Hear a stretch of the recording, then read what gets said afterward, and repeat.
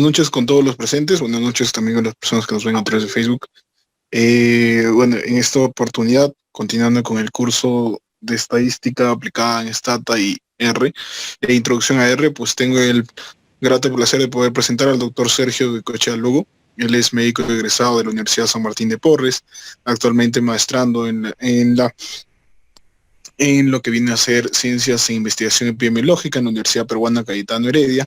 Además es consultor metodológico en YETSI y ha participado en la elaboración de varias guías de práctica clínica, sobre todo en el aspecto oncológico, donde se trabaja bastante en los estudios de sobrevivencia, ¿no?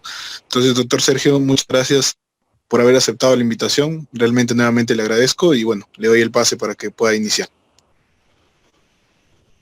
¿Qué tal? ¿Cómo están? Muchas gracias más bien por la invitación. Quería ver si es que sí se escucha bien el audio.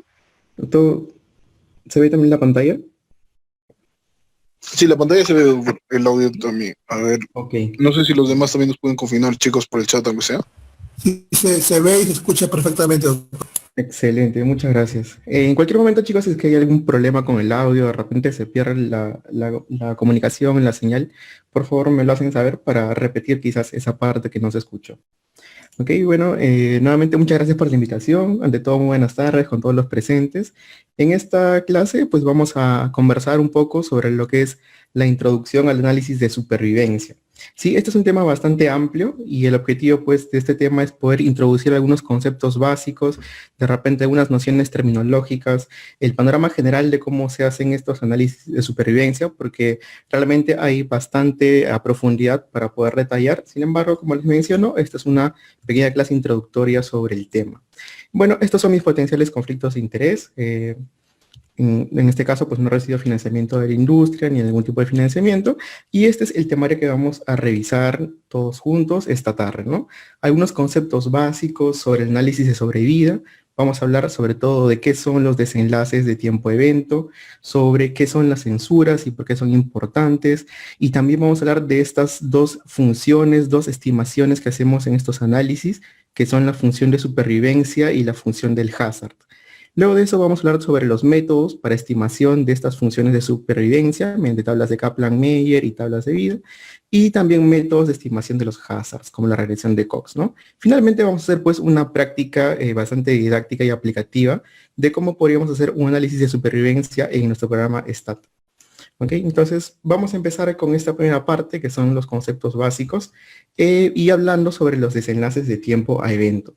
Entonces, como ustedes ya también han recordado en sus clases previas, han hablado bastante sobre las variables numéricas, ¿no? Aquellas que les dan información sobre una cantidad, por ejemplo, la cantidad de mililitros de sangre perdida, la cantidad de células neoplásicas, etcétera, ¿no? También han hablado sobre variables categóricas, las cuales les van a dar información sobre una cualidad, ¿no? Una característica, un suceso o también llamado un evento. Aquí pues los ejemplos más clásicos son el de morir, ¿no? Por ejemplo, fallecer sí o no, tener determinada enfermedad sí o no. En general, en su mayoría son variables categóricas dicotómicas, ¿no?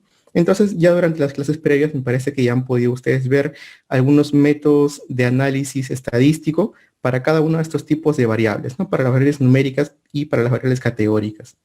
Pero también existe un tipo especial de variable que es una variable de tiempo-evento, ¿no? ¿Qué son estas variables de tiempo-evento?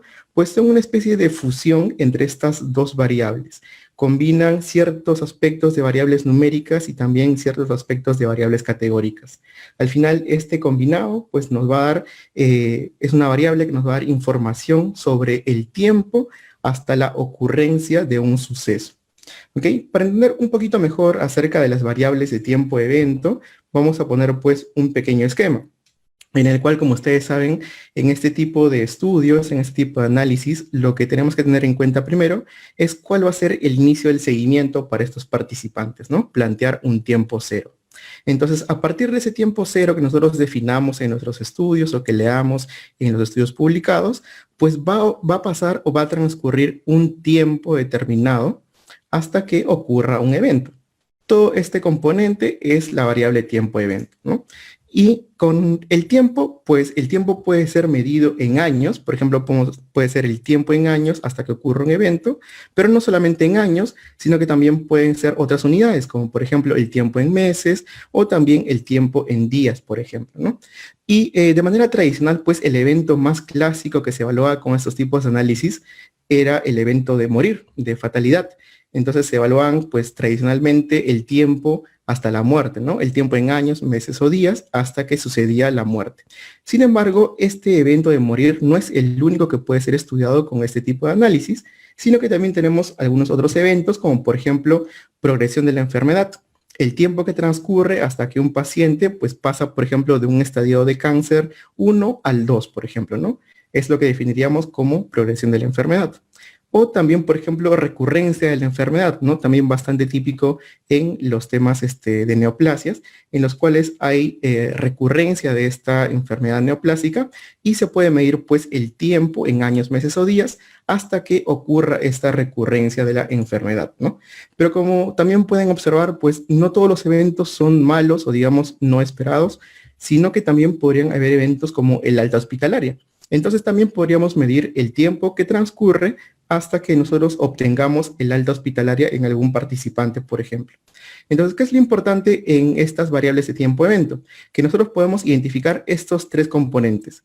Cuándo ha empezado el seguimiento, el tiempo y sus unidades, y el evento que estamos viendo de interés.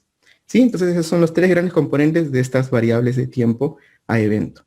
Y para pues hacerlo más práctico y más didáctico, vamos a evaluar un estudio ya publicado sobre este tipo de análisis, en el cual podemos ver que el título del artículo es el siguiente, ¿no? Están comparando dos tratamientos para la leucemia linfoblástica aguda, y aquí nos hablan sobre el outcome o desenlace o primary endpoint también dicho de este estudio, en el cual nos dicen que se llama supervivencia global, ¿no? Pero ¿cómo se define? Pues se define como el tiempo hasta la muerte por cualquier causa.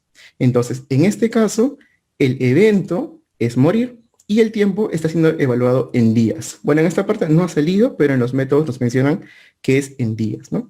¿Y cuándo es el inicio del seguimiento? Pues desde que se alerta a los participantes hasta que ocurre el evento. ¿Sí? Ese sería nuestro tiempo cero, nuestro inicio del seguimiento. Entonces, un ejemplo para que ustedes puedan ver cómo identificamos estos tres componentes en este tipo de análisis.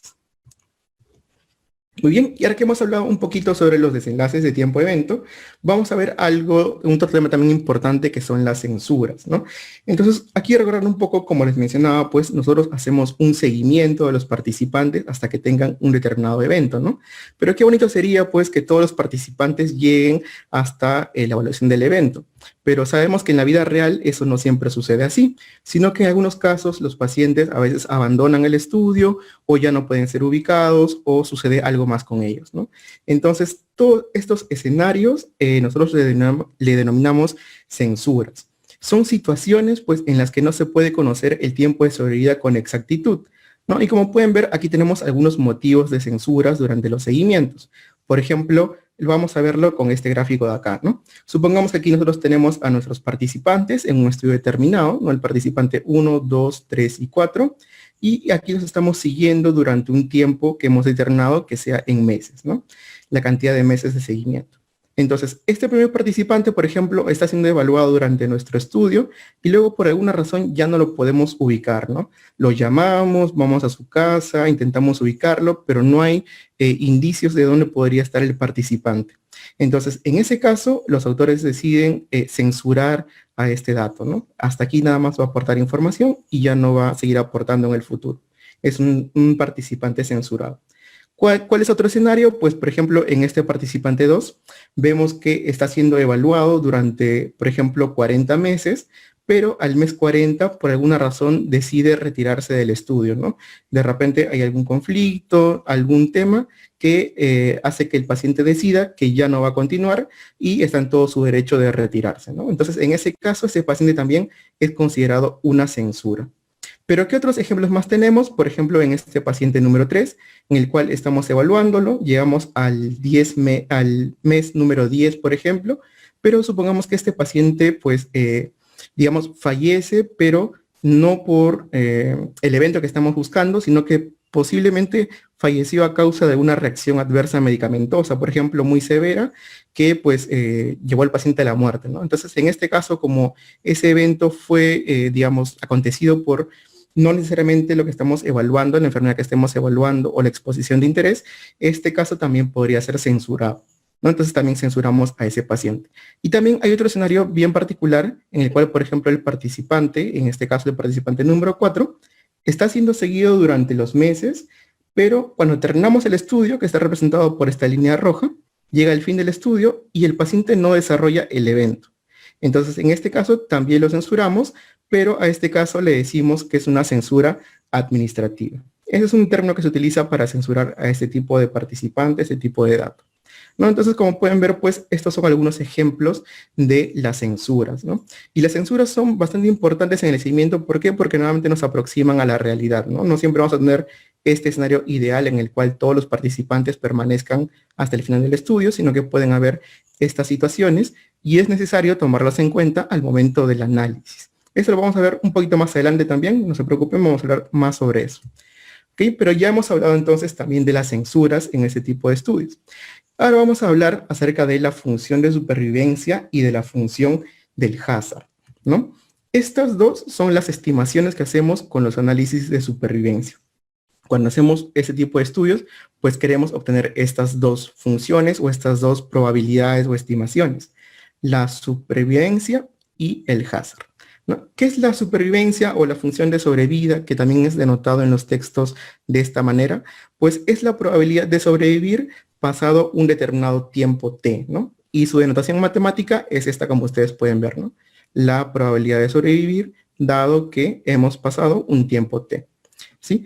Ahora, ¿qué es la función hazard? Pues la función hazard o hazard lo que nos dice es cuál es el riesgo o potencial instantáneo por unidad de tiempo de que ocurra un determinado evento, pero hay una condición, dado que no ha ocurrido hasta un tiempo t, ¿no? Dado que no ha sucedido hasta un tiempo anterior. Si queremos poner un ejemplo, podríamos mencionar, por ejemplo, cuál es el hazard de morir al día 15 en un grupo de participantes de un estudio oncológico, por ejemplo, ¿no? Este hazard de morir al día 15, pues va a ser la probabilidad de que un individuo vaya a morir al día 15, pero dado de que no ha fallecido hasta ese día, ¿no? Como pueden ver, pues es un potencial instantáneo, ¿no? Es el riesgo en el mínimo tiempo siguiente de que ocurra el evento. ¿Cómo podemos ver también de otra manera al hazard? Pues podríamos verlo también en este gráfico. Vamos a utilizar este gráfico para aproximarnos un poco más al concepto de hazard, ¿no? Como dijimos, pues el hazard es el riesgo del evento en cada unidad de tiempo, ¿no? Entonces supongamos que acá estamos evaluando en este gráfico la proporción de pacientes que tiene un evento determinado, ¿no? Supongamos que en este caso pues sea fallecer, ¿ok? Que sea morir. Entonces aquí vemos la proporción de pacientes que está falleciendo y como vemos pues a lo largo del tiempo se va incrementando esa incidencia o probabilidad de ocurrencia del evento. Y lo que hace el hazard es darnos cuál es el riesgo potencial de que fallezcamos en cada una de estas pequeñas unidades de tiempo. Entonces, como vemos, el hazard nos va a hablar de la ocurrencia durante un periodo de seguimiento. Y esto es lo que lo diferencia también del riesgo claro, de lo que lo diferencia del riesgo. ¿Qué es lo que hacemos nosotros cuando calculamos un riesgo o un RR? Pues lo que hacemos es comparar las incidencias de los eventos, pero en un determinado punto del tiempo. Por ejemplo, al fin del seguimiento, que aquí es 3.5 años, comparamos la incidencia de los eventos y pues podemos ver cuál es esa relación, ¿no? Pero el hazard lo que hace es no toma solamente ese único punto en el tiempo, sino que nos va a dar la información de todo lo acontecido durante el seguimiento. Entonces, esa es una diferencia del hazard y del riesgo o incidencia, ¿sí? Muy bien, entonces acá como pueden ver, pues hay un ejemplo en el cual podemos calcular, por ejemplo, el RR a este tiempo de 1.7 años aproximadamente, en el cual pues vemos que es 0.66 y como podemos ver también en el gráfico, aquí ya nos da el hazard, por ejemplo, de ese evento y nos dice que es de 0.64, ¿no? El hazard ratio. Entonces, como pueden ver, pues son muy próximos, sin embargo, en la interpretación o en su definición son distintos, ya que el hazard nos daría mayor información sobre todo lo ocurrido en el seguimiento, a comparación del RR, que solo nos habla de un punto determinado en el tiempo. ¿Ok? Y ahora hablemos un poquito más acerca de estas funciones de sobrevida y de hazard. En el primer lugar, sobre las funciones de sobrevida, ¿no? ¿Qué características tiene pues esta función? Primero, que esta función no se incrementa. ¿Cómo lo vemos esto? Pues veamos este gráfico de aquí, en el cual nosotros tenemos que esta es la probabilidad de supervivencia. Como pueden ver, en este caso, en el tiempo cero, todos los participantes pues inician con una probabilidad de supervivencia de 100%, ¿no? Ninguno ha desarrollado el evento, es lo que quiere decir. Luego, a medida que transcurre un tiempo t, vemos que esta función de supervivencia pues va a ir decayendo, va a ir disminuyendo la probabilidad de supervivencia a lo largo del tiempo. En este caso, cuando decimos que no se incrementa, queremos decir pues que nunca va a ir de subida esta función. La supervivencia no va a poder ser superior en un punto mayor del tiempo respecto al otro. ¿Ok? Entonces, eso es lo que quiere decir. De manera teórica, la función de sobrevida va a ir disminuyendo a lo largo del tiempo. ¿Sí? Y además es importante saber que esta función pues puede tomar diferentes formas. No solamente va a ser de esta manera, sino que también va a poder tener algunas formas distintas como estas de aquí, ¿no? Por ejemplo, en este caso nosotros vemos que la función de supervivencia nuevamente inicia en 100%, ¿no? Todos los participantes, pues al inicio del estudio, tienen un 100% de sobrevida. Pero mientras va sucediendo el estudio, mientras van pasando los años o meses de seguimiento, vemos que algunos participantes van a desarrollar el evento que estamos evaluando, ¿no? Por ejemplo, mortalidad. Entonces vemos que, por ejemplo, supongamos que este es el año 5, vemos que al año 5, pues la probabilidad de supervivencia es del 40% aproximadamente, ¿no?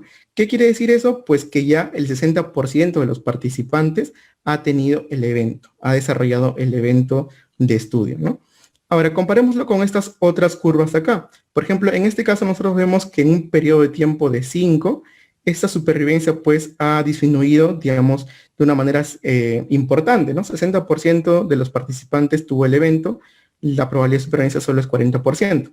Pero comparémoslo, por ejemplo, con esta otra curva de aquí.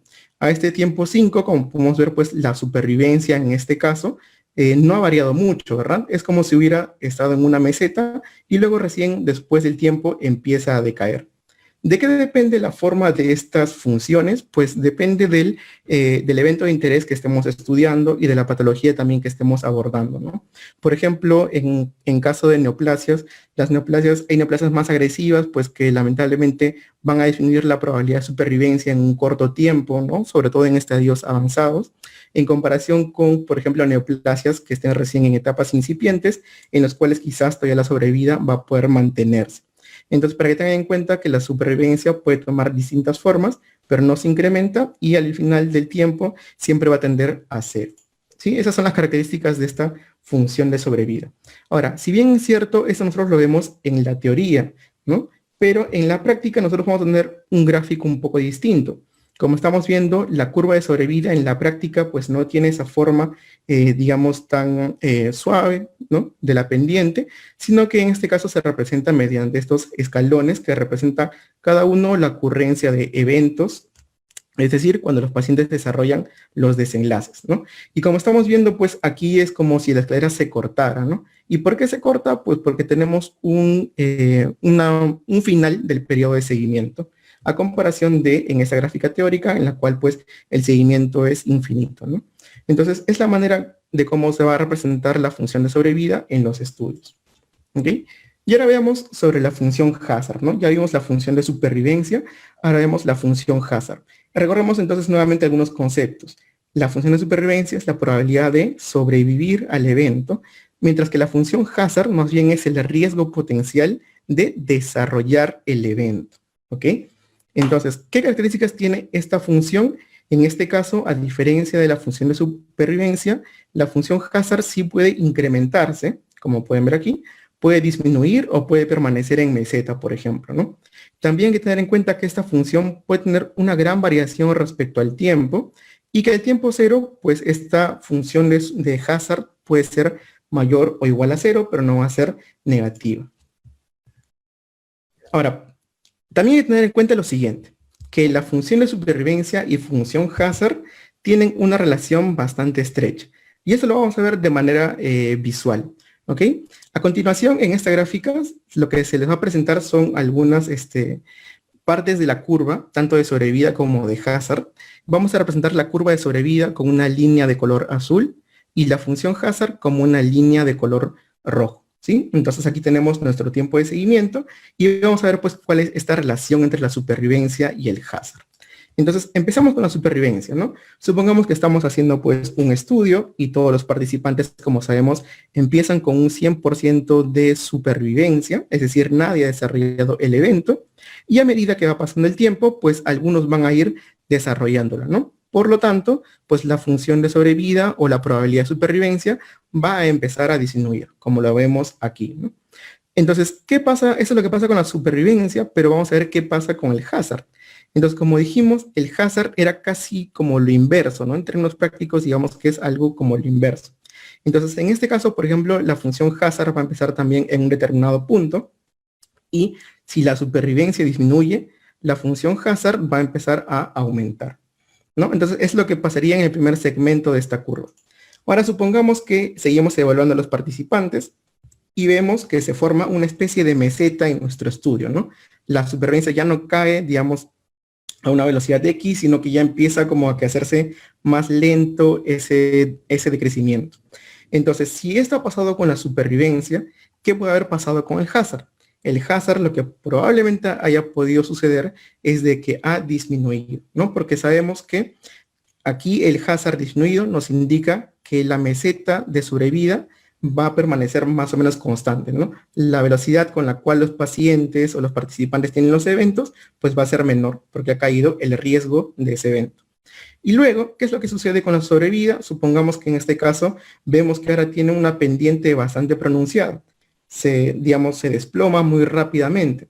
Entonces, ¿qué pudo haber pasado con el hazard? Probablemente el hazard ha incrementado, se ha incrementado pues de una manera significativa, ¿no? Entonces, para que ustedes puedan ver que esta es la relación de la supervivencia y del hazard, ¿no? Tienen una relación bastante estrecha que nosotros digamos pues en términos prácticos que vendría a ser algo como la inversa uno del otro, ¿ok? Ahora que hemos hablado de estos conceptos básicos para los análisis de sobrevida, pues vamos a hablar sobre cómo ahora estimamos estas funciones tanto de supervivencia como de hazard, ¿no? Entonces vamos a hablar primero sobre cómo estimamos esta función de supervivencia y eso lo hacemos pues con estos dos métodos, ¿no? Las tablas de vida y el método de Kaplan-Meier.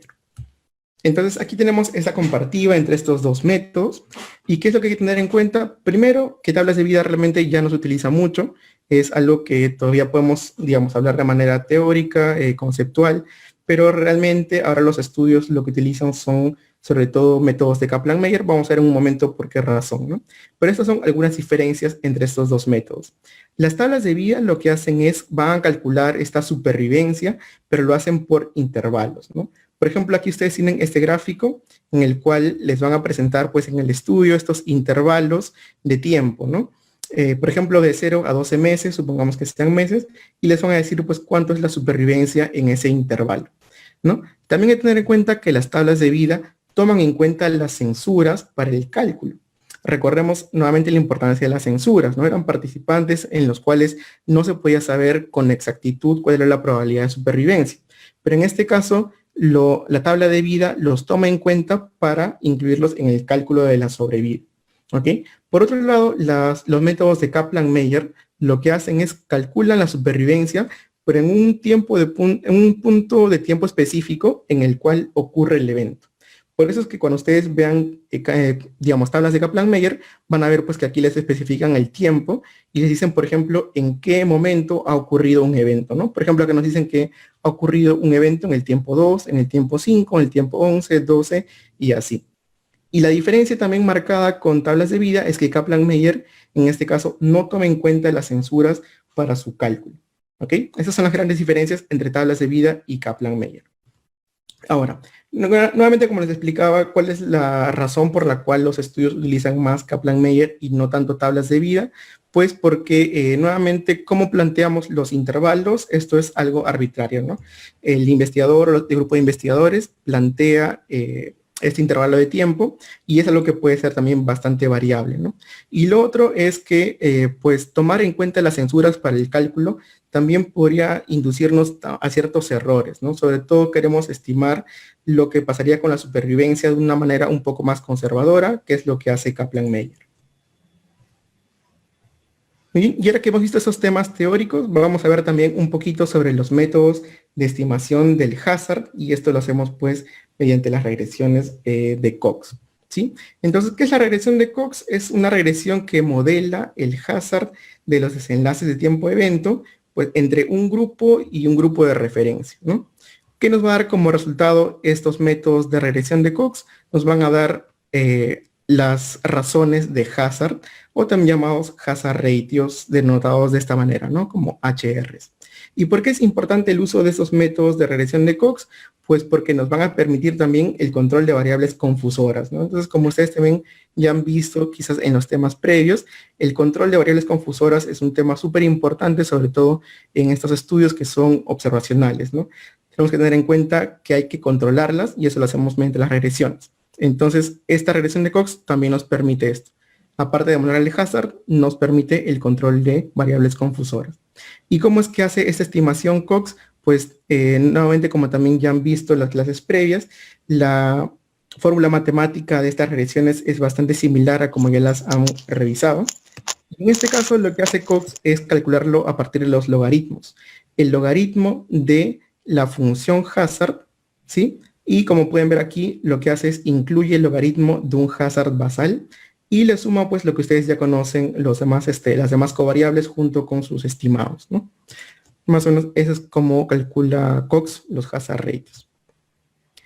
Y ahora vamos a ver un pequeño análisis aplicativo de estos métodos de supervivencia, pero ya utilizando el stata. Entonces, no sé si es que ya tienen todo su stata, digamos, a la mano para poder hacer la práctica. Lo que vamos a hacer es utilizar una base que está en el sistema. ¿Me avisan, por favor, Pedro?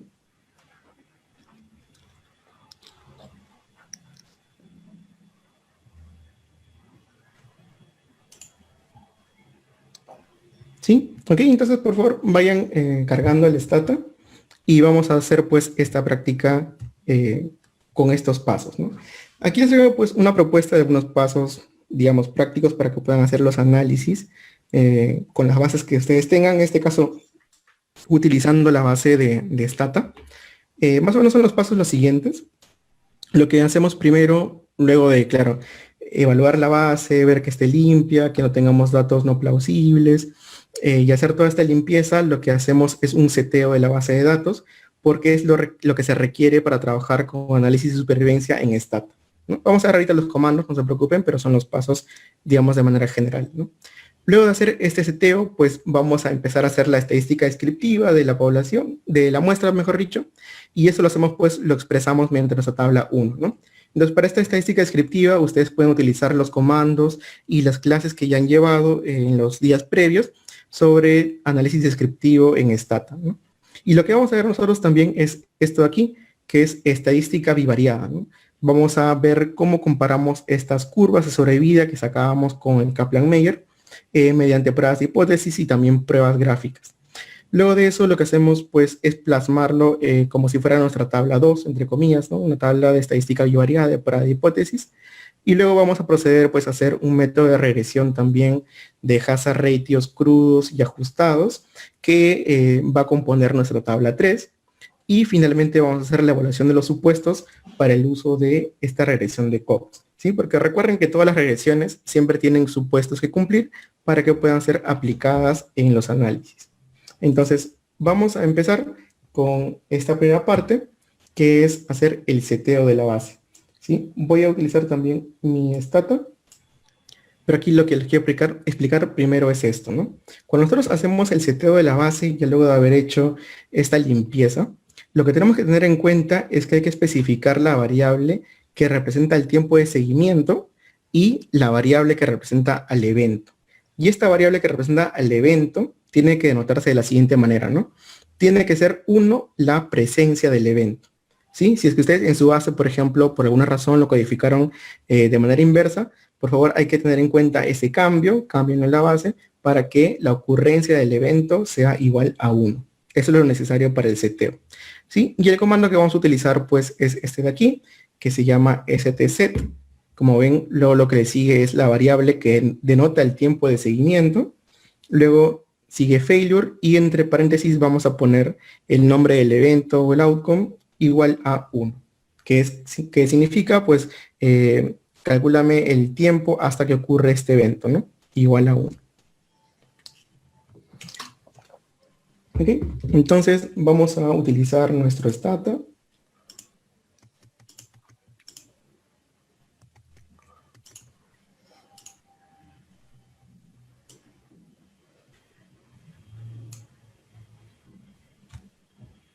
A ver.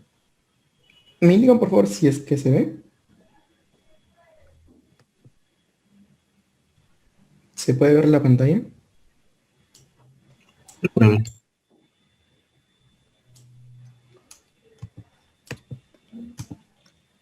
Sí.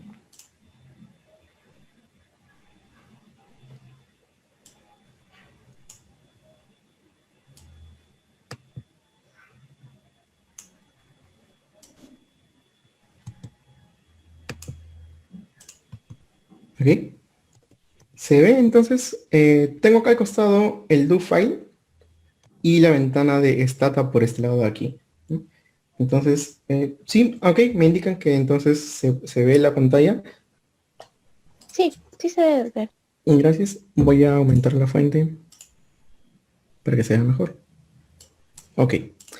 Entonces, para este ejercicio vamos a utilizar esta base que se encuentra publicada en la web, que es una base de stata.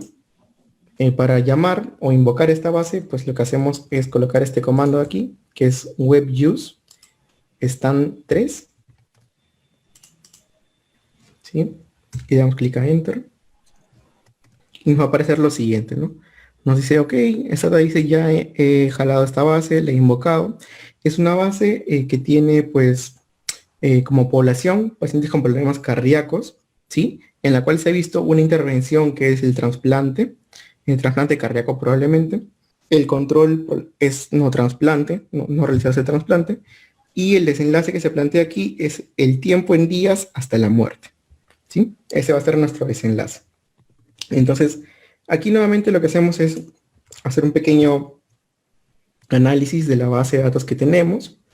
Como podemos ver, esta es nuestra celda de los datos, nuestra base de datos ya en extenso. Aquí arriba podemos ver pues las variables que vamos a utilizar para hacer este análisis, ¿sí? Como pueden ver, nos dan el ID de los participantes. Ah, sí, pero ¿se escucha? ¿Alguna pregunta? ¿Todo? Ok. Si hay alguna pregunta, chicos, con toda confianza, en verdad, lo pueden hacer por el chat o también con los micrófonos. Ok, entonces aquí tenemos nuestro ID de los participantes, tenemos las variables como por ejemplo año, la edad de los participantes, tenemos aquí nuestra variable fallecer, que es de nuestro interés. Aquí nuestra variable que nos va a denotar el tiempo de seguimiento, tiempo de supervivencia. Nuestras otras variables que son por ejemplo la cirugía, aquí está nuestra intervención de interés, que es el trasplante. Algunas otras variables como por ejemplo si es que el paciente ha esperado o no un tiempo X para recibir el trasplante, ¿no? Y aquí otra variable más también que la vamos a utilizar como covariable dentro del análisis. ¿Ok? Entonces es lo que tenemos en nuestra base. Y como pueden ver, pues estas bases de datos tienen sobre todo estos dos componentes, ¿no? Nuestro evento y nuestro tiempo hasta el evento, ¿no? Nuestro tiempo hasta el evento. Estos componentes deben estar en la base. Ok, entonces vamos igual a hacer un describe para ver qué variables tenemos. Nuevamente, como ya las pueden ver, pues aquí ya están listadas y también nos aparecen las etiquetas de las variables, ¿no? Como pueden ver, aquí nuestra variable morir es el evento de interés, ese time es el tiempo de sobrevida hasta ese evento y las demás variables que ya hemos identificado en la base, ¿sí? Lo que tenemos que hacer entonces, ¿qué era? Es ver en el seteo que nuestro desenlace o nuestro outcome esté codificado como 1. Entonces, ¿cómo hacemos eso? Pues podemos utilizar el comando codebook seguido de die, que es el nombre de nuestra variable, ¿no? Y aquí nos aparece pues esa ficha descriptiva de la variable, ¿no? Entonces aquí tenemos pues que nos dicen lo siguiente, ¿no? El type, como siempre tenemos que identificar, en este caso es numérica, es decir, que ha sido codificada, ingresada a la base como un número. El rango va de 0 a 1, valores posibles 0 a 1, valores únicos 2, y aquí tenemos lo que queríamos ver, ¿no? La tabulación de esta variable. Vemos que nos dice pues código 0, 97 participantes, y como código 1, 75, ¿no? Pero ¿qué cosa es esto? Pues aquí podemos ver que en la etiqueta nos dicen que 1 es igual a fallecer, ¿no? Entonces con esto ya podemos corroborar de que está codificado de manera adecuada. El 1 va a representar que el paciente sí falleció, y el 0 va a representar que el paciente no falleció, ¿no? Entonces, hasta ahí vamos bien con nuestro análisis de las variables.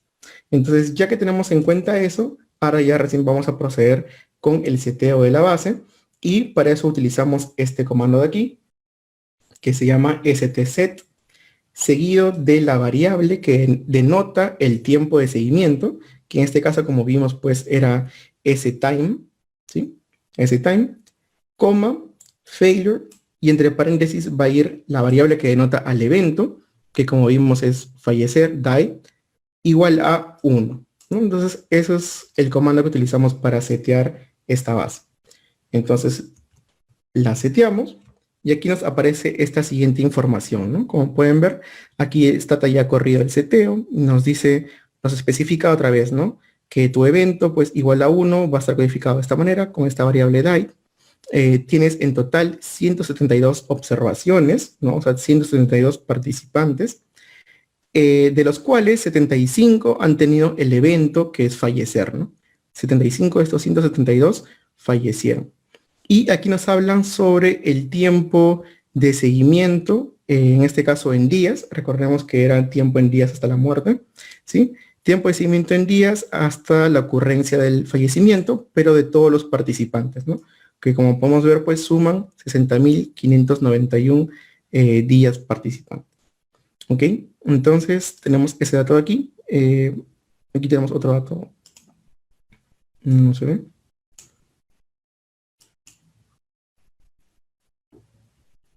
¿Sí? Acá está. Aquí nos dice, por ejemplo, este fue el último dato observado en el tiempo 1799. ¿Sí? Y lo que hacemos con esto, pues, es verificar nada más que ese es el seteo, ¿no? Cuando nos aparezcan estos datos, quiere decir que ya ha seteado la base y ya estamos listos para realizar los análisis de supervivencia. Entonces, esa es la primera parte. Ahora, vamos con la segunda parte, que es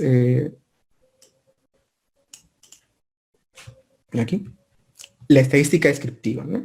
Entonces, como ya les mencionaba, pues aquí hay que usar los comandos que ya se han aprendido en las clases previas de estadística descriptiva para ver cuáles son las características de esta muestra, por ejemplo, la edad de los participantes, de repente cuántos de ellos pues tuvieron el evento o no, estado socioeconómico, etcétera, ¿no? Entonces, acá hay que recordar pues que todos esos datos aún son de la muestra, ¿no?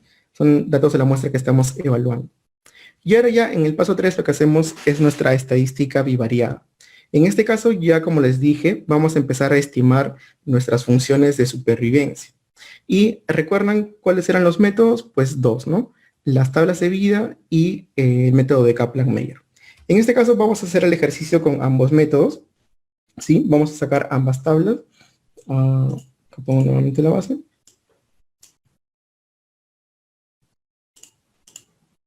Aquí está.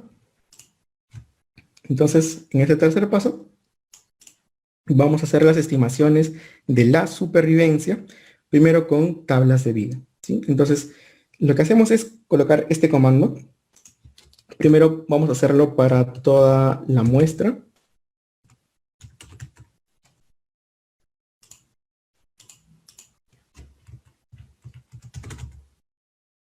¿Sí? El comando es el siguiente, es ltable, seguido de nuestra variable que denota el tiempo de seguimiento y seguido de nuestra variable de evento, ¿no? Entonces, damos así. Y aquí tenemos ya nuestro análisis de la tabla de sobrevida.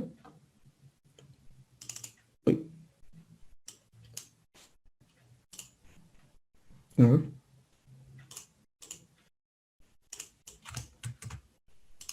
Listo. Que vendría a ser este de aquí, ¿no?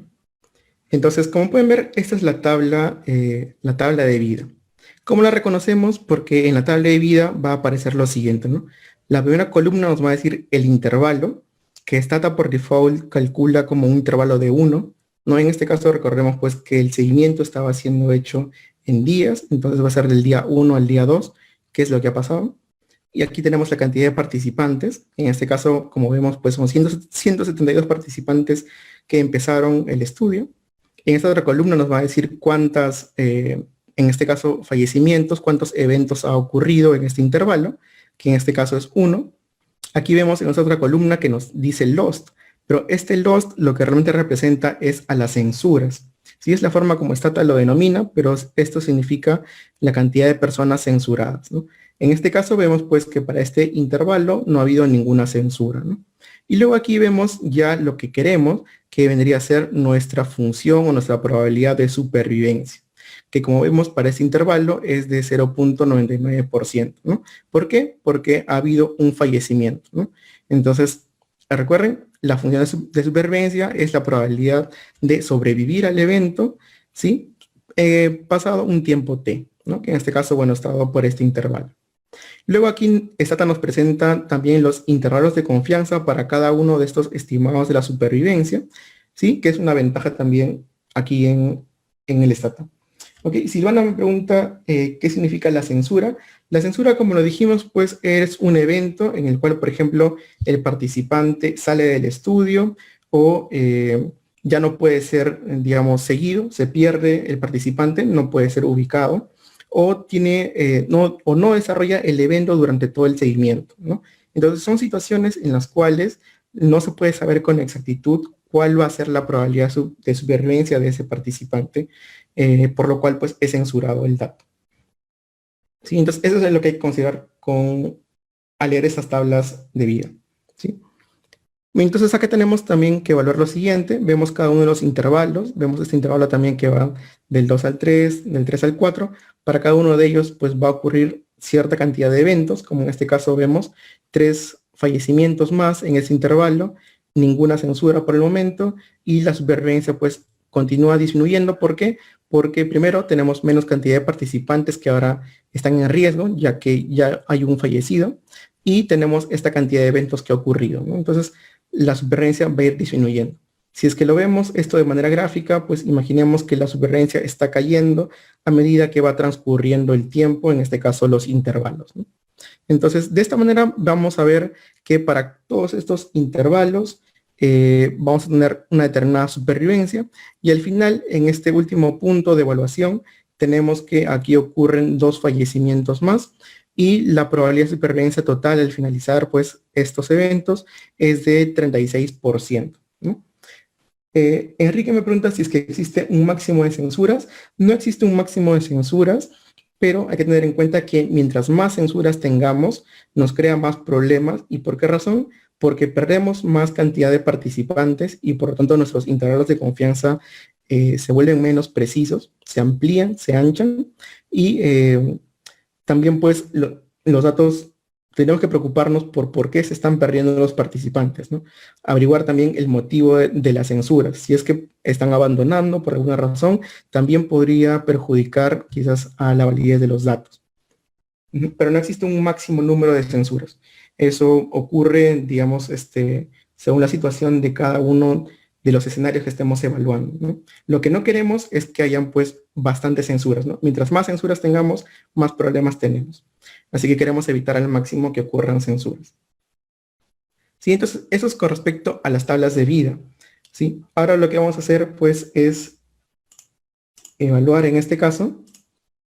Lo que hemos visto es la tabla de vida para todos los participantes de la muestra, pero también quisiéramos ver, nuevamente haciendo este símil con las comparativas que queremos ver en las preguntas que nos planteamos de investigación, ¿no? Por ejemplo, si es que el grupo que recibe el tratamiento 1 tiene mayor supervivencia que el grupo que recibe el tratamiento 2.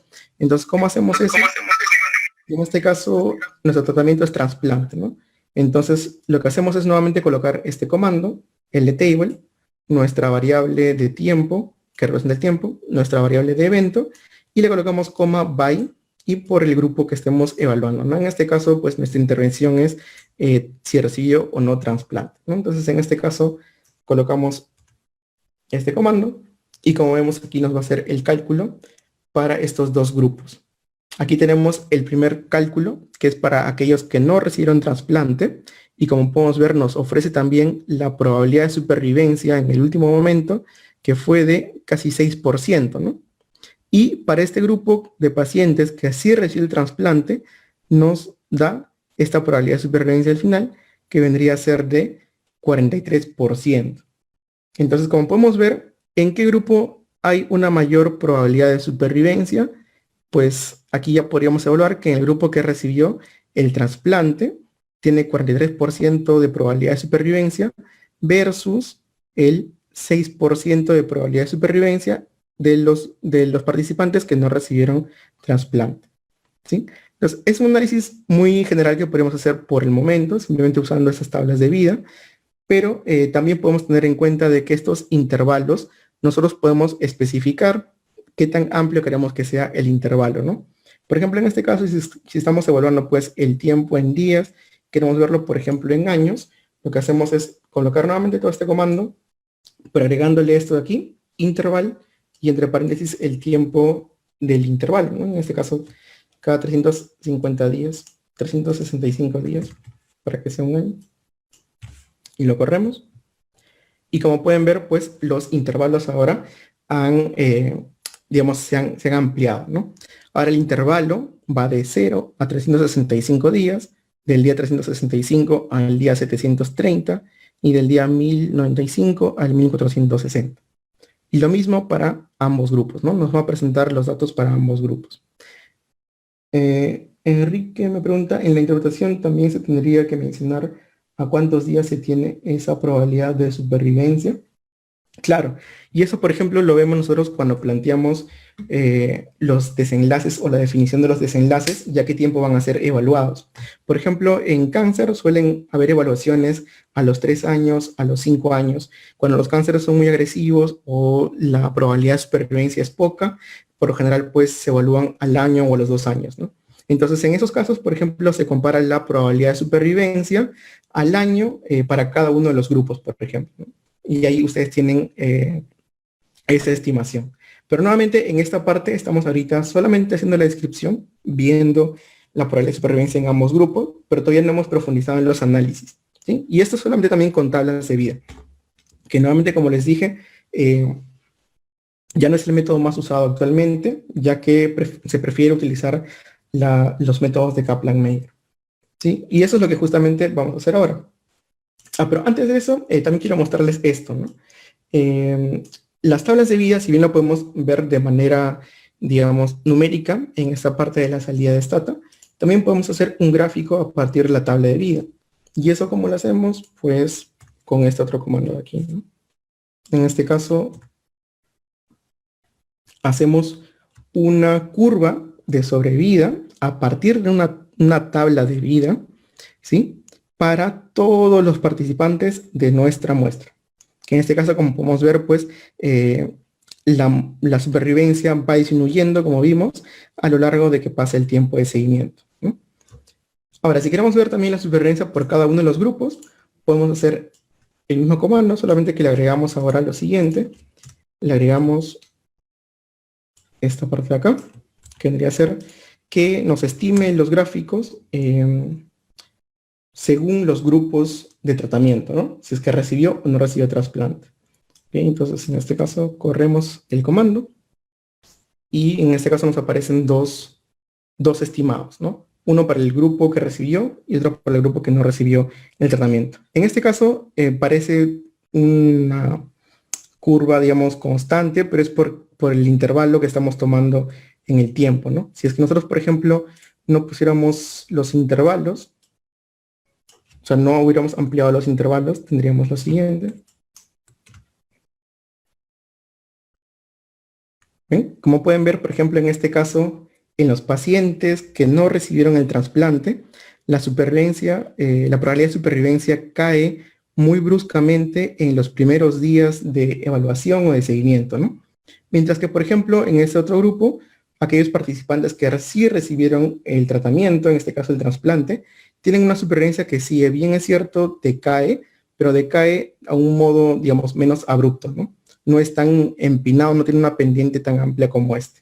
Entonces, si hacemos un símil con lo que estábamos viendo acerca de los hazards, por ejemplo, en este grupo aquí, el hazard vendría a estar, pues, probablemente bastante elevado desde el inicio, ¿no? Porque tenemos una pendiente bien pronunciada.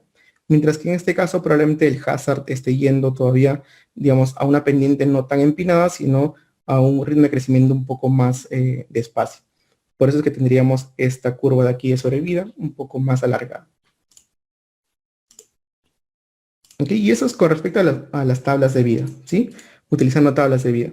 Pero vamos a ver que, como les mencionaba, actualmente utilizamos los métodos de Kaplan-Meier para hacer estas estimaciones, y eso lo vamos a hacer con este comando de aquí, que se llama STS list, y en este caso nuevamente vamos a primero partir evaluando toda la población y luego ya por los grupos de interés. ¿Sí? Entonces, en este caso corremos este comando, y aquí, como vemos, pues aparece nuestra tabla de función de supervivencia, pero con el método de Kaplan-Meier, ¿no? ¿Cuáles son las diferencias? Como les mencionaba, en este caso la sobrevida por tablas de vida me da la supervivencia, pero por intervalos de tiempo, mientras que Kaplan-Meier me va a dar la supervivencia cada vez que ocurre un evento durante todo el tiempo de seguimiento. Por ejemplo, aquí me dice que en el tiempo 1 ha ocurrido un fallecimiento, ¿no? Veamos nuevamente, esta primera columna nos dice el tiempo en el cual ocurren los eventos. Esta otra columna nos dice la cantidad de participantes en ese periodo de tiempo. Esta otra columna, que se llama fail, nos dice acerca del estado, la cantidad de participantes que tuvo el evento. Y aquí nos hablan sobre las censuras, ¿no? Nuevamente lost. Y luego en esta parte nos ofrecen las funciones de supervivencia para cada uno de los tiempos de la curva. Y también acompañado de sus intervalos de confianza, ¿sí? Entonces aquí, por ejemplo, veamos que en el seguimiento, en el tiempo 1, pues ha ocurrido un fallecimiento, ¿no? Entonces, como ha ocurrido un fallecimiento, la probabilidad de supervivencia, que había empezado en 100%, ya empieza a disminuir, ¿no? ¿Cuánto empieza a disminuir? Pues casi 1%, ¿no? Entonces, la probabilidad de supervivencia en el tiempo 1 va a ser de 99.42%, ¿no? Llevando todo a porcentajes. Entonces, eso es lo que podemos nosotros evaluar en cada uno de los tiempos en los que ocurren los eventos, hasta llegar al último evento ocurrido, que fue a los 1799 días del seguimiento, ¿no? Aquí podemos ver nosotros que ocurren aquí. Ocurre ningún evento, pero hay 2 pérdidas, ¿no? Dos personas que están censuradas. Entonces, igual en este caso, la probabilidad de supervivencia que estamos estimando para este último tiempo de seguimiento es de 36%, ¿no? Como vimos, es algo, pues, a veces un poco similar con las tablas de vida. Sin embargo, no siempre va a ocurrir eso. A veces van a diferir bastante las probabilidades de supervivencia si es que nosotros usamos tablas de vida o si utilizamos Kaplan-Meier, ¿sí? En este caso, estas tablas de Kaplan-Meier no suelen, digamos, mostrarse en los artículos, ya que todo esto suele resumirse en gráficos, ¿no? Entonces, vamos a ver algunos gráficos. ¿Y cómo lo hacemos? Pues utilizando este comando de aquí, que vendría a ser STSGraph, ¿sí? Nuevamente, primero vamos a hacerlo solamente para toda la muestra. En este caso vemos que nos arroja esta curva de supervivencia, ¿no? Entonces, en esa curva de supervivencia nuevamente podemos observar que la supervivencia inicia en 100% y va disminuyendo a lo largo del tiempo de seguimiento, ¿no?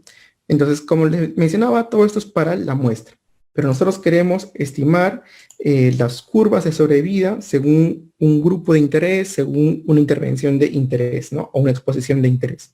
Entonces, en ese caso, nuevamente podemos sacar nuestras tablas de Kaplan-Meier, pero para cada uno de los grupos, mediante este comando, stlist by transplant.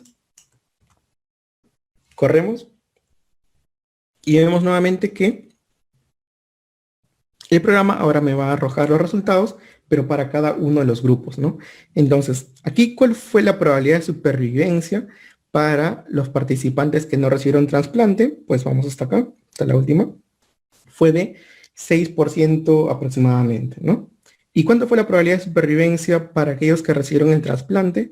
Fue de, aquí nuevamente nos vamos al último, 44%. Entonces, nuevamente, aquellos que recibieron el trasplante tuvieron una mayor probabilidad de supervivencia en comparación con aquellos que no la recibieron.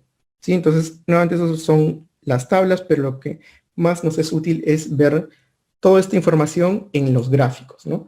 Entonces, para eso utilizamos este comando nuevamente, stsgraph, ¿sí? stsgraph.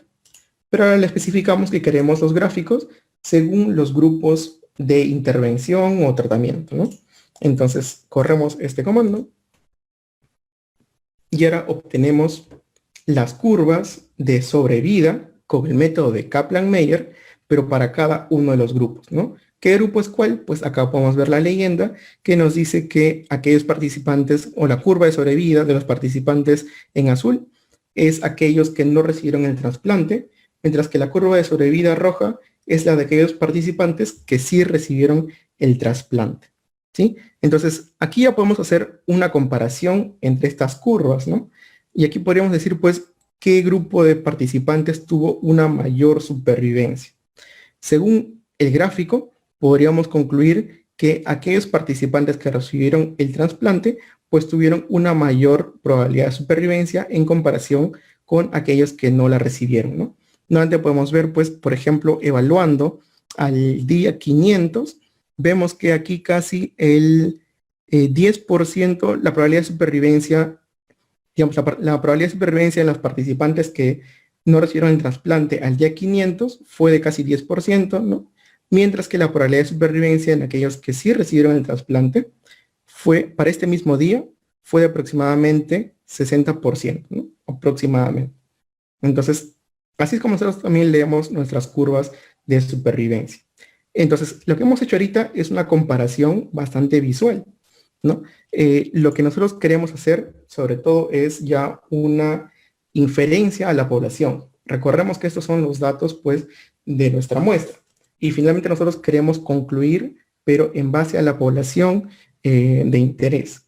Entonces, en este caso, ¿cómo hacemos eso? Pues podemos hacer primero, para seguir estimando visualmente, graficar los intervalos de confianza de estas curvas. ¿Cómo hacemos eso? Pues con este comando, que es nuevamente stsgraph, según grupos de tratamiento, pero le agregamos estas dos letras, GW, corremos el comando. Y aquí podemos ver que el programa Stata nos va a dibujar las curvas de sobrevida para cada uno de los grupos, junto con sus intervalos de confianza, ¿no? Son los intervalos que vimos en la tabla de manera numérica. En este caso están siendo representadas de manera gráfica, ¿no? Y como vemos, pues, los intervalos de ambas curvas en un momento se superponen, ¿no? Eso ya nos da un pequeño indicio de que probablemente estas curvas, si nosotros las comparamos mediante una prueba de hipótesis, nos vaya a decir, pues, que son diferentes, ¿no? Pero nuevamente estamos viendo ahorita solamente de forma visual, con Stata, viendo las intervalos de confianza, qué tan parecidas son las curvas, ¿no? Entonces, eso es con respecto a los intervalos de confianza y las curvas de sobrevida. Pero también, ¿qué podemos hacer con estos gráficos? Podemos agregarle las censuras que ha habido durante el seguimiento, ¿no? Entonces, si nosotros queremos complejizar un poco más nuestro gráfico y poder agregarle mayor información, podemos utilizar este comando, ¿no? Diciéndole al programa que me calcule mis intervalos de confianza y los dibuje, pero también que me muestre las censuras que ha habido en cada una de las curvas de sobrevida.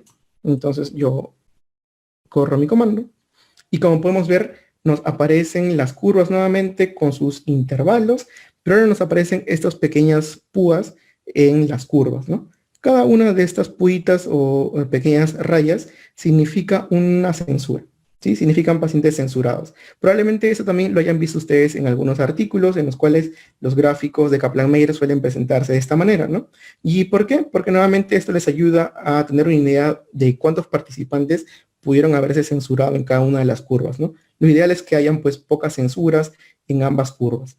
En este caso vemos, pues, que ha habido más censuras, sobre todo en estos participantes de aquí, ¿no? Entonces, para que también puedan utilizarlo al momento de presentar sus gráficos. Muy bien. Y eso es como les mencionaba con los métodos visuales, ¿no? Pero nuevamente aquí ya queremos hacer la inferencia a la población.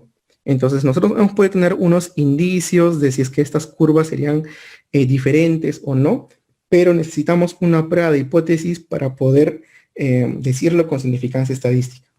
Entonces en ese caso utilizamos esta prueba de acá, ¿sí? Que se llama STS-Test Transplant. Este es el comando para lo siguiente. Volvamos a la diapositiva. Entonces ya vimos toda esta parte de acá.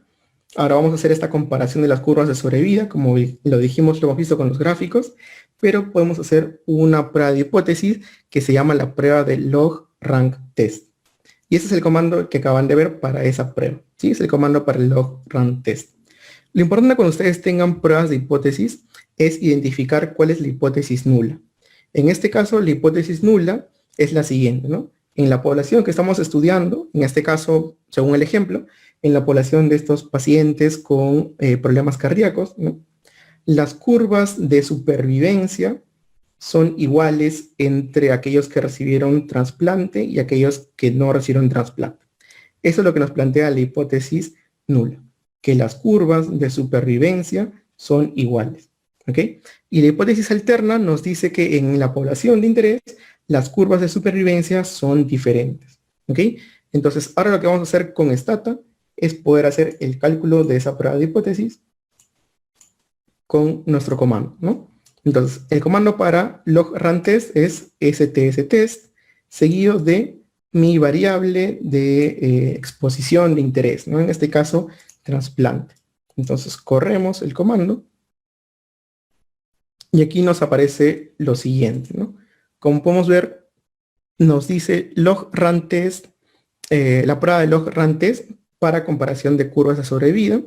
Nos aparecen los participantes según recibieron o no trasplante, aquellos que no recibieron y aquellos que recibieron, los eventos observados, y aquí nos da un valor de la prueba T, de la prueba de P, ¿no? La probabilidad entonces en este caso es de 0.00000, muy pequeña, ¿no? Entonces en este caso lo denotamos como menor a 0.001. Entonces, ¿qué hacíamos cuando teníamos nosotros una prueba de hipótesis? Pues decidir, ¿no? Decidimos rechazar o no rechazar la hipótesis nula. Entonces, en este caso, cuando las curvas de supervivencia, cuando el valor P, en este caso, sea menor que 0.05, nosotros vamos a rechazar la hipótesis nula, que decía que las curvas de sobrevida eran iguales, ¿no? Entonces, en este caso, con este valor P, si quieren lo colocamos acá, como el valor P es menor de 0.05, ¿qué decisión tomamos? Rechazamos la hipótesis nula, ¿no? Entonces, si rechazamos la hipótesis nula, ¿qué podríamos concluir? Que en esta población de pacientes con problemas cardíacos, las curvas de supervivencia, pues, son diferentes, ¿no? ¿Y eso tiene sentido? Pues sí, tiene bastante sentido. Como lo vimos en el gráfico, vemos que inclusive visualmente podemos ver una diferencia bastante marcada, ¿no? Entonces ya la prueba de hipótesis secunda esta inferencia a la población, ¿ok? Entonces, hasta ahí, ¿vamos bien? ¿Alguna pregunta? En el chat.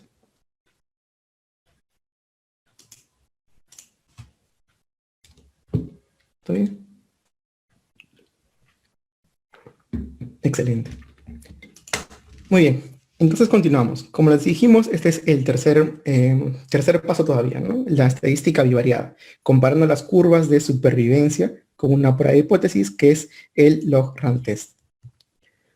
Ahora ya vamos a algo un poquito más complejo, ¿no? Nuevamente, no solamente nos quedamos con las pruebas de hipótesis. ¿Por qué razón? Porque la prueba de hipótesis solo nos dice, pues, si es que las curvas son o no son diferentes, pero no nos da más información. Entonces, ¿qué nos da más información? Nuevamente el uso de las regresiones para estimar medidas de asociación y sus intervalos de confianza, ¿no?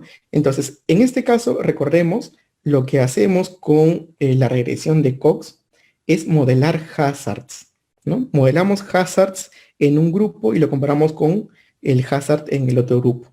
Entonces, esta comparación de hazards, esta división de hazards, nos da como resultado la medida de asociación que se llama hazard rate, ¿no? O HR abreviado.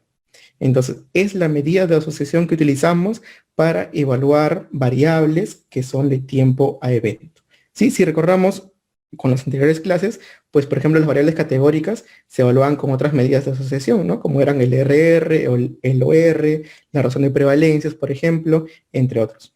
En este caso, las variables de tiempo-evento se evalúan con las medidas de asociación, que son los hazard ratios, ¿sí? La división, el ratio de los hazards. ¿Ok? Entonces, vamos a hacer eso ahora con el Stata. Vamos a utilizar la regresión de Cox para poder estimar estos hazard ratios. ¿Ok? Vamos entonces con el programa. Tenemos nuestro programita.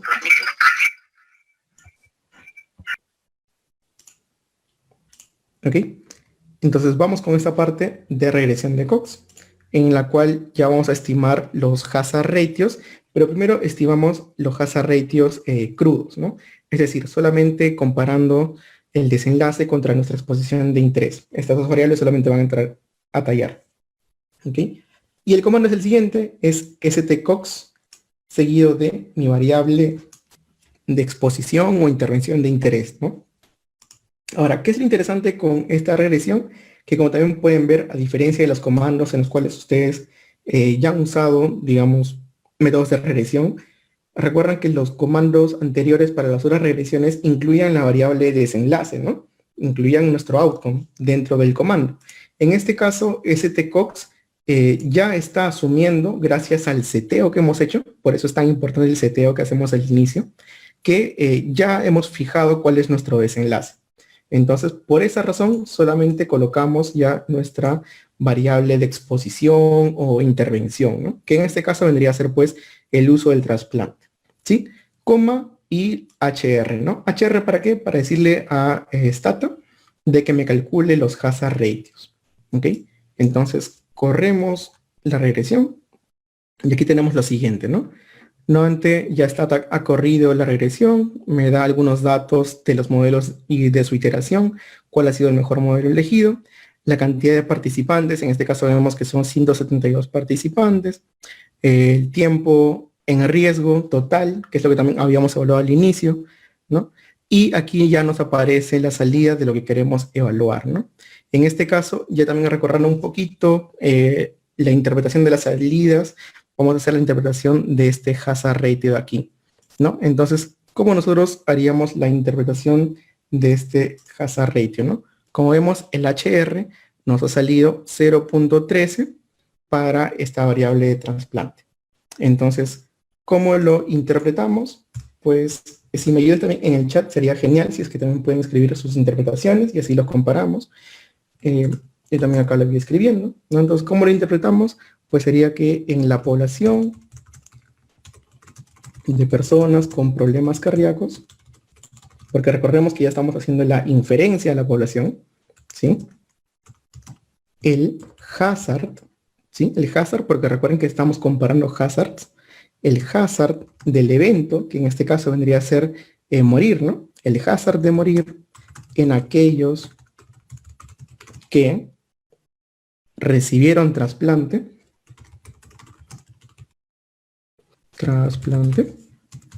fue, ¿se acuerdan cómo lo transformábamos a porcentajes? Esto, digamos, de un punto de vista, digamos, crudo, podemos decir pues que el hazard ratio en aquellos que reciben un trasplante es 0.13 respecto al grupo control, ¿no? Pero para hacerlo más interpretable, más entendible, solemos llevar estos estimados a porcentajes, ¿no? Entonces, ¿recuerdan cómo hacíamos esa estimación? Pues era algo bastante sencillo, ¿no? Lo que hacíamos era tomar de referencia la unidad para este hazard ratio, ¿sí? Tomamos de referencia la unidad y le restábamos del valor que hemos encontrado aquí, que vendría a ser 0.13, ¿no? Y eso lo multiplicamos por 100%. Y así obteníamos el porcentaje. Ajá, exactamente, Silvana. Sí, esa es la respuesta. Entonces sería el hazard de morir en aquellos que recibieron trasplante fue 87% menor, ¿sí? Menor porque estamos haciendo una división es el término más apropiado, quizás más exacto, decir menor. Entonces fue 87% menor respecto a aquellos que no recibieron trasplante. ¿Sí? Entonces, ¿cómo quedaría? En la población de personas con problemas cardíacos, el hazard de morir en aquellos que recibieron trasplante fue 87% menor respecto a aquellos que no recibieron el trasplante, ¿no? ¿Y cómo sabemos si es que esto fue o no fue estadísticamente significativo? Pues evaluamos el intervalo de confianza, ¿no? En este caso vemos que el intervalo de confianza va de 0.08 a 0.21. Entonces, ¿cuándo decíamos nosotros que este resultado no es estadísticamente significativo? Cuando este intervalo de confianza tomaba el valor de no efecto, que para el hazard ratio, todas las divisiones, sería la unidad, ¿no? Entonces, en este caso, como ese intervalo no toma la unidad, decimos que este resultado es estadísticamente significativo. ¿Sí? Entonces, esa es la interpretación que nosotros haríamos ya a esta salida, ¿no? Y ustedes, pues, cuando estén construyendo su tabla, ya colocan el valor del hazard ratio junto con sus intervalos de confianza para las estimaciones crudas, ¿ok? Entonces, eso es lo que hacemos con los estimados crudos, pero ahora vamos a hacer también un método, un modelo de regresión con los estimados ajustados, ¿no? ¿Por qué razón? Porque nuevamente los métodos de regresión tienen este gran beneficio que nos permiten ajustar por posibles variables confusoras. En este caso, pues, tomamos en cuenta para este ejemplo de que los confusores son edad, ¿no? Aquellos que tengan, pues, mayor edad podrían influir más la probabilidad de que fallezcan o no. El tipo de cirugía y haber estado en tiempo de espera, por ejemplo, ¿no? Entonces, tomamos todas esas variables como si fueran nuestros confusores y aplicamos nuestra regresión, ¿no? Y este es el comando para esa regresión. Nuevamente es stcox. Recordemos que el outcome ya está implícito en el análisis. Stata ya sabe cuál es el outcome. Seguido de nuestra variable, en este caso de interés, que vendría a ser pues el uso del trasplante o no. Y seguido de nuestras variables potenciales confusoras, ¿no? En este caso edad, cirugía y tiempo de espera o waiting list. Y seguido de nuestro HR para que el programa nos calcule los hazard ratios. ¿Ok? Entonces agarramos este comando, lo colocamos y tenemos este resultado, ¿no? Entonces, en este caso ya tenemos pues que aquí los hazard ratios, como pueden ver, pueden ser distintos a estos, tienen alguna variación, ¿ok? Solo que en este caso ya está ajustado por los potenciales confusores. Entonces, ¿cómo interpretamos ahora nuevamente este resultado que es el de nuestro interés, ¿no? Porque recordemos que estamos viendo pues la eficacia, ¿no? En este caso del trasplante.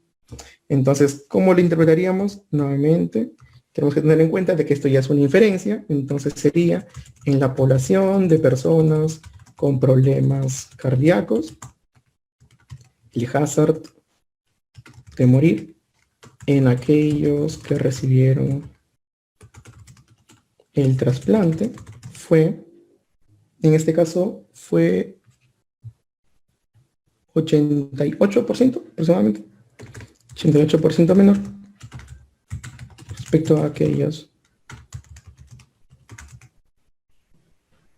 La interpretación sin resta de la unidad, ¿cómo sería?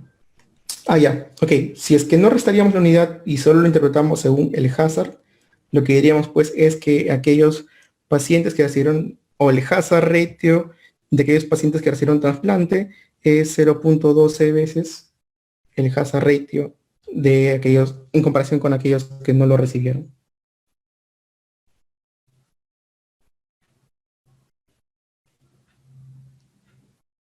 Sin embargo, nuevamente esa es una interpretación que no es tan práctica, digámoslo así. Por eso solemos transformarlo a porcentajes para que sea un poco más interpretable. Inclusive en los artículos a veces simplemente se designa como que hubo un menor hazard y entre paréntesis se pone el HR junto con este valor y su intervalo de confianza para que ya sea interpretado, ¿no? Sin embargo, cuando nosotros quizás lo exponemos o lo comunicamos, solemos expresarlo como porcentajes para que sea más entendible, ¿no?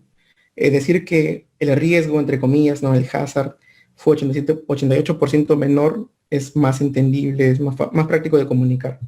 respecto a si solo utilizáramos el hazard mismo, ¿no?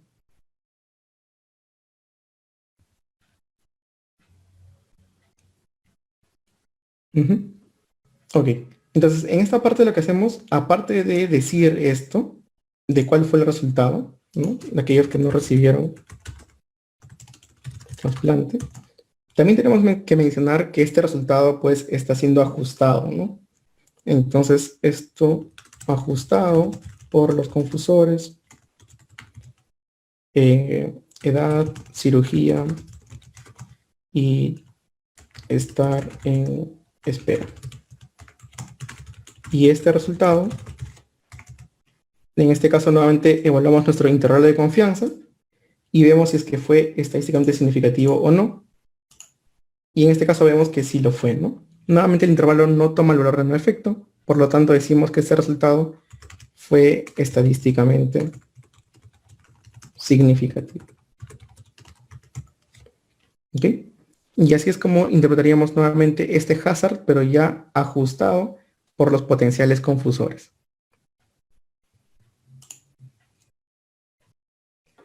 ¿Por qué sería importante ajustar y si sería importante publicar un artículo sin ajustar en diferentes contextos? Ok, tengo entonces entendido que no han visto mucho de repente de efecto confusor. Lo que pasa es que cuando nosotros tenemos en cuenta que comparamos dos grupos, para hablar de si este resultado se acerca lo más posible a la causalidad, o sea, decir de que, por ejemplo, en este caso, ¿no? El trasplante sí causó la reducción del hazard de morir. Lo que queremos es que estos dos grupos sean comparables, sean casi idénticos, ¿no? Esto es a lo que se le llama también contrafactual. Eh, Obviamente esto pues no es posible en la mayoría de los casos. Sería posible si es que, por ejemplo, se hubiera hecho una alterización, ¿no? El proceso de alterización lo que hace es controla estas potenciales variables que podrían influir en el resultado para que ambos grupos sean casi semejantes, casi idénticos, y solo se diferencien en si es que uno recibió o no la intervención o si estuvo expuesto o no, ¿no? Eso lo hacen estos estudios que son los ensayos clínicos aleatorizados sobre todo. Pero en estos otros tipos de estudios, que son los observacionales, en los cuales, digamos, ya hay data recolectada o no se ha podido hacer la alterización, tenemos que tener en cuenta de que pueden haber variables que pueden influir en el resultado de esta estimación entre si el efecto del trasplante realmente causa la reducción de la mortalidad. Entonces, estos métodos de regresión lo que hacen es mantienen constante el efecto de todas estas variables para, entre comillas, limpiar el efecto que podría tener esta variable trasplante, ¿no? El efecto de mi trasplante. Entonces, por eso es que utilizamos nosotros métodos ajustados. Tenemos que controlar la confusión en los estudios, ¿no? Ahora, en las tablas suelen reportarse ambos, tanto los estimados crudos como los estimados ajustados. ¿Y esto por qué razón? Para ver cuánto puede haber sido el cambio. Por ejemplo, cuando nosotros calculamos una regresión con estimados crudos, puede que tengamos una significancia estadística, pero al ajustarlo por los confusores, esta significancia puede perderse. Y entonces es bastante importante tener digamos, a la vista estos dos contrastes de resultados. Si P sale significativo, el intervalo de confianza no sale significativo, sería significativa la prueba. Los intervalos de confianza van a corresponderse con el valor P encontrado. O sea, si el intervalo de confianza sale que no fue estadísticamente significativo, el valor de P también te va a decir lo mismo. ¿No? Por ejemplo, en este caso vemos, por ejemplo, para este intervalo, ¿no? ¿Fue o no fue estadísticamente significativo? En este caso vemos que no fue estadísticamente, perdón, que fue estadísticamente significativo porque no toma el valor de no efecto que es el 1, ¿no? Y como podemos ver, pues aquí el valor P también me dice que es menor de 0.05, ¿no? Pero ahora veamos este otro de acá, este de aquí que es más claro, en el cual nuestro intervalo va de 0.2 a 1.19, ¿no? Y tenemos un valor P que es de 0.117. ¿No? En este caso, el valor P es mayor de 0.05 y no es estadísticamente significativo y es lo mismo que me dice mi intervalo de confianza. Como podemos ver, en este intervalo sí está comprendido el valor de no efecto, que es el 1.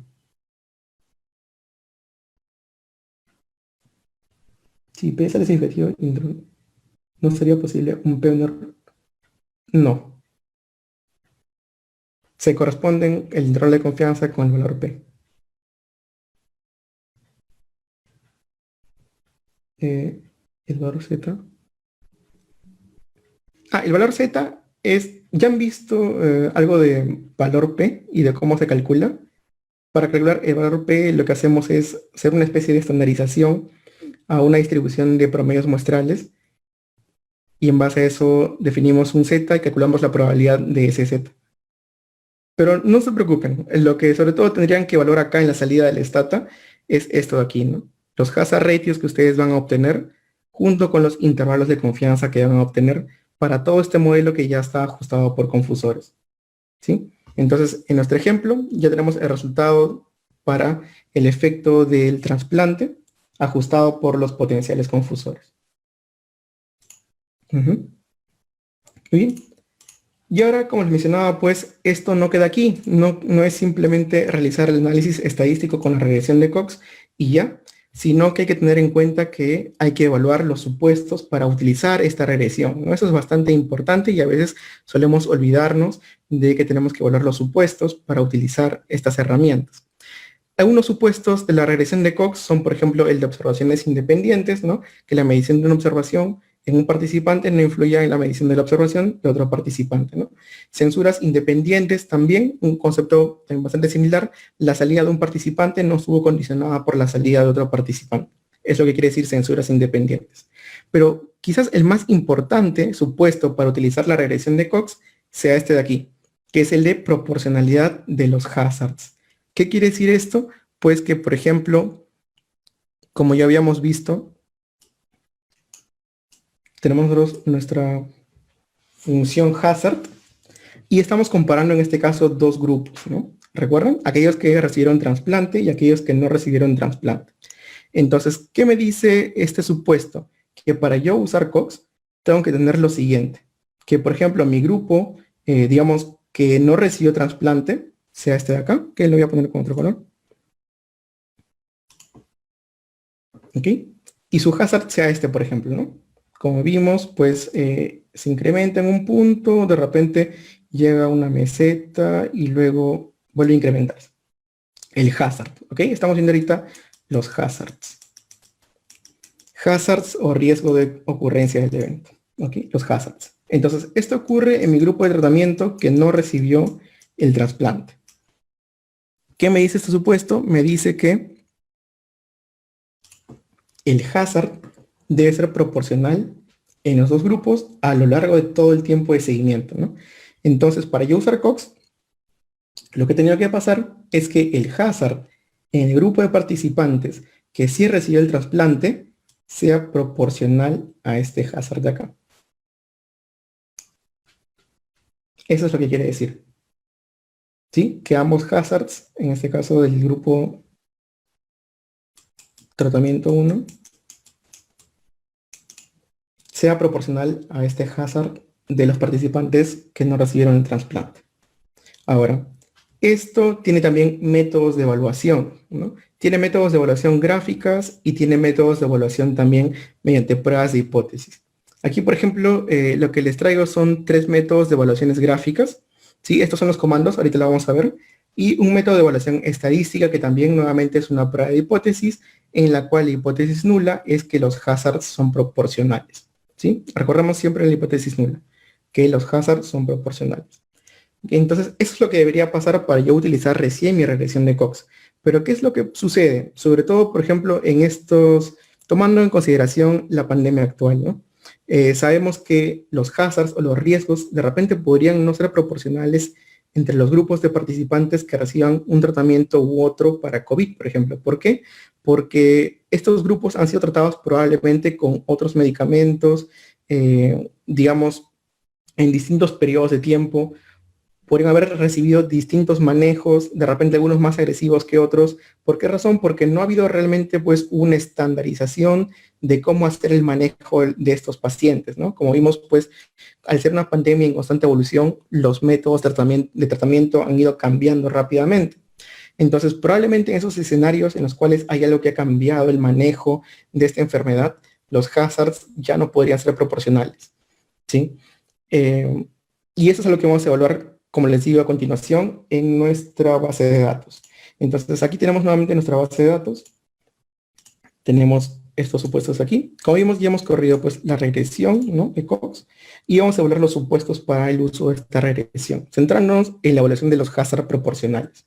Entonces, el primer método es gráfico también, es mediante este comando, es stphplot, ¿sí?, según el grupo de tratamiento. ¿Ok? Y aquí, como ustedes pueden ver, Stata nos va a calcular dos gráficas. ¿Y qué es lo que tendríamos que ver nosotros en estas dos gráficas? Si estas dos líneas son paralelas y no se cruzan, podríamos decir pues que se cumple el supuesto de hazard proporcionales. ¿Sí? Es lo que tendríamos que ver nosotros para decir que se cumpliría. En caso, por ejemplo, se vean que hay un cruce en esas, perdón, voy a calcular nuevamente. En caso se ve que, por ejemplo, hay un cruce de estas dos líneas, ya ahí podríamos decir que hay sospechas para decir que no se estaría cumpliendo el supuesto de hazard proporcional. ¿Ok? Ese es el primer método, un método gráfico para ver la proporcionalidad de los hazards. Este es otro método gráfico en el cual aquí lo que nosotros vemos es que nuevamente tenemos nuestras curvas de sobrevida, ¿sí?, que en este caso viene a estar representada por lo que ya vimos, los valores observados, lo que ya hemos obtenido en nuestra muestra, pero Stata también nos va a dibujar los valores estimados por este modelo de regresión que hemos hecho, y lo que tenemos que ver aquí que es que los puntos pues casi se superpongan entre las dos gráficas, ¿sí? Esta es una gráfica de valores observados versus esperados. Si los valores observados, que en este caso están representados por azul y rojo, se parecen mucho a los valores esperados, que en este caso están representados por el verde y el naranja, podríamos decir que hay indicios para pensar que se cumple la proporcionalidad de los hazards. ¿Por qué? Porque los modelos están estimando bien los resultados en los grupos. ¿Okay? Entonces, ese es el segundo método, el método gráfico también, para evaluar proporcionalidad de los hazards. Vamos con este otro de aquí. Este otro método también es un método gráfico, y lo que acá dibuja el programa ya es, digamos, la función de los hazards. Y nos lo va a dibujar de la siguiente manera, ¿no? Normalmente tenemos la función para aquellos participantes con un trasplante, que no recibieron el trasplante, que es esta gráfica azul, y aquellos que sí recibieron el trasplante, que es esta gráfica roja, ¿no? Los que tendríamos que ver aquí, pues, que se cumpla esa proporcionalidad. Sin embargo, en este caso, todavía no es muy claro, al menos con esta figura, si es que se cumple ese supuesto de proporcionalidad de los hazards, ¿no? Con los otros dos métodos gráficos sí teníamos indicios para pensar de que se estaría cumpliendo, pero con este método, por ejemplo, todavía tenemos cierta duda, ¿no? Entonces, por eso es que también es recomendable que para evaluación de supuestos, al menos para evaluación de supuesto de proporcionalidad de hazard, se acompañen dos métodos, un método gráfico y un método estadístico, ¿no? Este método estadístico, como les digo, es la prueba de hipótesis de proporcionalidad de los hazards, que tiene este siguiente comando, stphTest, vamos a correrlo, y aquí nos sale nuevamente un valor P, ¿no? Entonces, en este caso, este valor P, como podemos ver, es 0.07. ¿Ok? Entonces, para interpretar esto, recorremos cuál era mi hipótesis nula. Mi hipótesis nula era que los hazards son proporcionales. ¿Ok?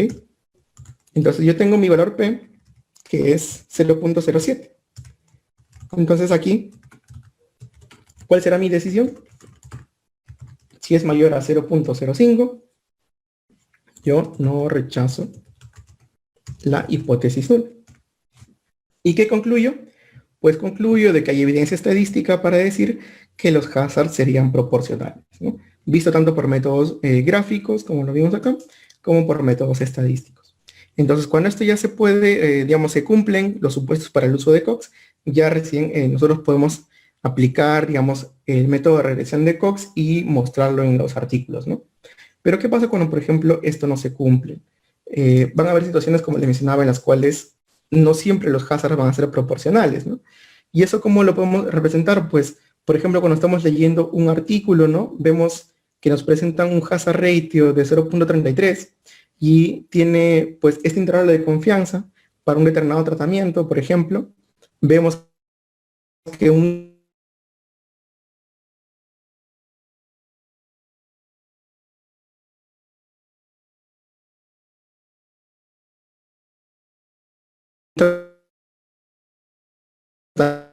comportamiento X, supongamos, bebida, ¿no? Esto también es un indicio para pensar que probablemente pues no se esté cumpliendo el supuesto de proporcionalidad de los hazards, ¿no? Obviamente aquí hay que hacer pues las evaluaciones, digamos, estadísticas de esos supuestos para definir si finalmente se cumplió o no se cumplió, pero podría ser un indicio para pensar que no se cumplió. Por eso, como recomendación, pues una gran responsabilidad. ¿Qué quiere decir este acuerdo? Que nos hablan sobre toda la información a lo largo de un seguimiento, a diferencia de los RRs que nos hablan de lo que sucede en un tiempo puntual, ¿no? Entonces, como son tan poderosos, también hay que tener cuidados en usarlos bien y sobre todo en hablar los supuestos para poder usarlos correctamente. ¿Ok? Ya como partes finales de la presentación, pues todo lo que hemos visto se va a ver representado finalmente en los artículos. Vamos a presentar todos estos datos en los papers y también como ejercicio pueden ustedes ir interpretando ya algunos datos que vean en artículos que hagan análisis de sobrevida. Por ejemplo, en este artículo de aquí, publicado en el New England Journal, se evaluaba a una población que eran adultos con leucemia linfoblástica avanzada. Se estaba probando esta intervención que, por ejemplo, era el blinatumomab, llamámosle blina de cariño, y lo estaban comparando contra la quimioterapia, ¿no? Y estaban evaluando este evento, este desenlace de supervivencia global, que como vemos lo desglosamos, es el tiempo en este caso, meses, ¿sí? El tiempo en meses hasta el fallecimiento. Ese sería el desenlace de tiempo-evento, ¿no? Y aquí, como pueden ver, pues en el paper les presentan el gráfico de supervivencia que ya vimos. En este caso, pues estimado mediante el método de Kaplan-Meier. Ya saben ustedes también cómo sacarlo en el programa. Y como ven, aquí podemos observar en los ejes la probabilidad de supervivencia y el tiempo de seguimiento en meses, ¿no? Y aquí nos aparecen pues estas dos curvas de supervivencia para estos dos grupos. Para el grupo que recibió blina, ¿no? El grupo intervención, y para mi grupo control. ¿Y qué serán estas rayitas de acá? Pues son las censuras que ha tenido este grupo durante todo el tiempo de seguimiento, ¿no? Entonces, aquí viendo gráficamente podríamos ver si es que hay alguna diferencia o no, pues todavía no es muy claro, ¿no? Parecen que las curvas podrían ser algo similares. En verdad sería bueno en el paper leer si es que la prueba del log-rank test me dice si es que hay diferencias o no. Pero, ¿qué más puedo yo obtener de esta figura? Pues que me dan el hazard ratio, ¿no? En este caso el hazard ratio es 0.71 con este intervalo de confianza de aquí, que me dice que es estadísticamente significativo, ¿no? Que habría una diferencia entre los hazards en los dos grupos. Entonces, para que vean, por ejemplo, algunos papers suelen presentar toda la información ya en una sola gráfica, ¿no? Muy bien, entonces eso sería todo, chicos. Como pueden ver, pues es una pequeña introducción realmente al análisis de sobrevida. Hay temas a profundidad para poder evaluar. Les agradezco pues el tiempo y la invitación, ¿sí? También bueno mencionarles que estamos haciendo un pequeño taller, un curso de Stata para quienes estén interesados. Y eso sería todo, chicos. Muchas gracias por su atención. Cualquier pregunta pues es bienvenida.